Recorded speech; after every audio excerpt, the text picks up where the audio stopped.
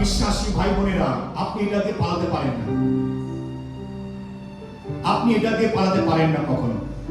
খ্রিস্টীয় জীবনের শুরু এইটা থেকেই, ঈশ্বরের বাক্য থেকে। এটা শুধুমাত্র একটা অর্ডিনারি বই না। যদি আপনি পড়ছেন না, আপনি কখনো শক্তি অর্জন করতে পারেন না, আপনি কখনো জিততে পারবেন না। যে পড়ে না সে কখনো জিততে পারে না। এবং শয়তানের সবসময় চেষ্টা যাতে আপনি বাক্যতে না পড়েন, নানা রকম ঘুম আনবে, আলসতা আনবে, কমজোরি আনবে, করতে দেবে না, ডিপ্রেশন আনবে, আপনাকে একদম নিরাশ করে দেবে। খুব করবো না, কেন শয়তান জানে আপনার পাওয়ারটা কোথায়, আপনার পাওয়ারটা এতে। আমি বলছি শুনুন, শুধুমাত্র এটা একটা বই না। আপনি আপনারা যারা একদম পড়েন না, আমি আপনাকে চ্যালেঞ্জ করবো, আপনি অন্তত 10টা চ্যাপ্টার পড়ুন রাতে ঘুমাবার আগে।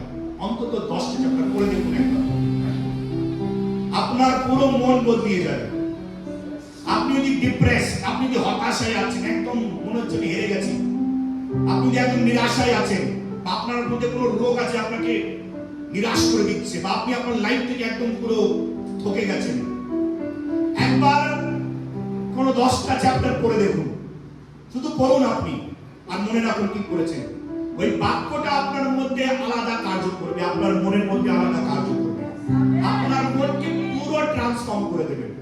আপনি যে নেমে গেছেন, আপনি যে হতাশ হয়ে গেছেন না, কি হবে, আপনার ওই কি হবেটাকে বদলিয়ে দেবে। অটোমেটিক বলবেন ঈশ্বর করবে, হবে, ঈশ্বর করবে, হবে, ঈশ্বর বদলাবে।